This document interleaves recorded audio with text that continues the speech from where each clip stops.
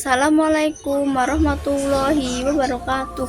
Perkenalkan, nama saya Safia Sita Dwijaya dari kelas 11-5. Saya akan menjelaskan tentang kebijakan pemerintahan menghadapi inflasi. Di sini itu ada jenis-jenis kebijakan. Kebijakan itu dibagi menjadi dua. Yang pertama itu ada kebijakan moneter, yang kedua itu ada kebijakan fiskal. Jadi, pengertian kebijakan moneter itu bentuk kebijakan yang diambil oleh pemerintahan suatu negara yang pada prinsipnya bertujuan untuk menstabilkan perekonomian dan penciptaan pertumbuhan ekonomi ke arah yang positif.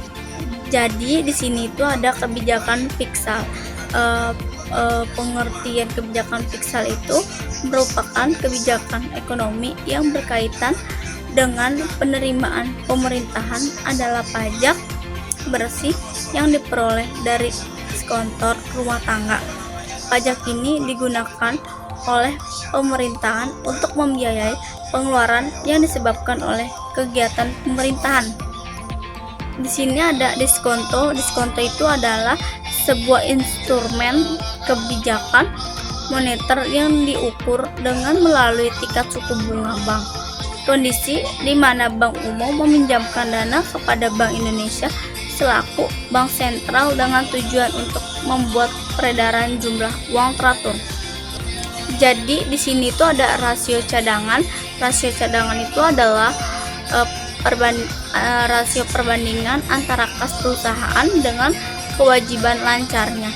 Contohnya, kas yang dimaksud adalah uang tunai atau juga disebut dengan kertas atau logam, saldo rekening di bank, atau yang setara dengan kas seperti surat berharga yang bisa dijual cepat untuk menciptakan kas.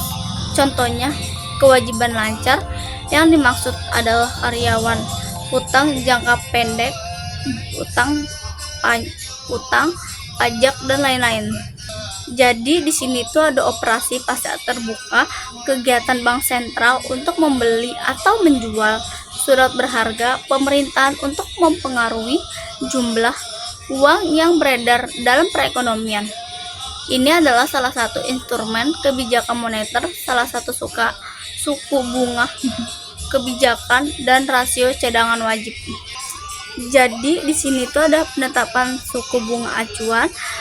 Kebijakan uang ketat adalah kebijakan bank sentral untuk mengurangi jumlah uang beredaran di masyarakat.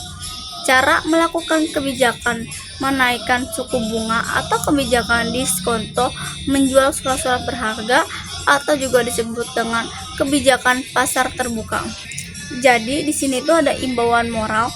Imbauan moral itu adalah batas tertinggi atau batas teratas untuk membiayai atau kredit yang disediakan sebuah pihak peminjaman atau juga disebut dengan kreditur kepada debitur atau penerimaan peminjaman sesuai dengan surat perjanjian kredit atau akad yang disepakati. Sekian, terima kasih. Assalamualaikum warahmatullahi wabarakatuh.